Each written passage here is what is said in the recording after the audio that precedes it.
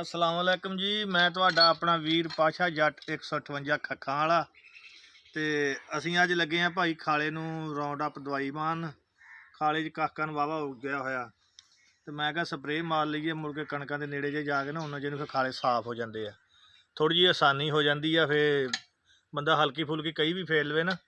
वैसे भी जिन्नी आपां हिम्मत वाले हुण दवाइयां ना हुंदियां ते अद्धे बंदे तो उदां मोहरियां दे तां लक दे मरीज हो जाने सी।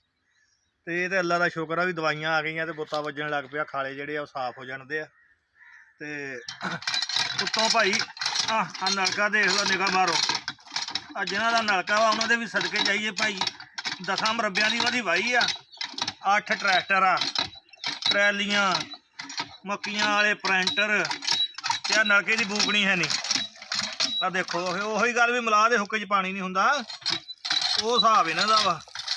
आ टैंकी एक भरनी सीगी ते मैं कहा चलो इत्थों ही बुत्ता मार लेने आ। होर सारे वीर राजी बाजी हो, खैर सौखा जी। साडा यूट्यूब का चैनल है यार, उन्होंने भी लाइक तो शेयर करो, नाले उन्होंने सबसक्राइब कर दिओ सारे जने जिन्ने भी वीर आ। मेहरबानी भरावां दी। नाले तुहानूं हुण दिखाउने आ खाले नूं स्प्रे मारदे हैं। टूबल दिखा दे बई, टूबल लगा होया वेख लो जी डेरे ते। आ बोर्ड वेख लो जी, गर्मियों नूं बड़ी इहदे थल्ले रौनक हुंदी आ। चलो जी सरकार लाइए 4 टैंकियां, निकल चलो। जिंदगी तमाशा एक खेल सज्जणा, जींदियां दे हुंदे रहिंदे मेल सज्जणा। और जी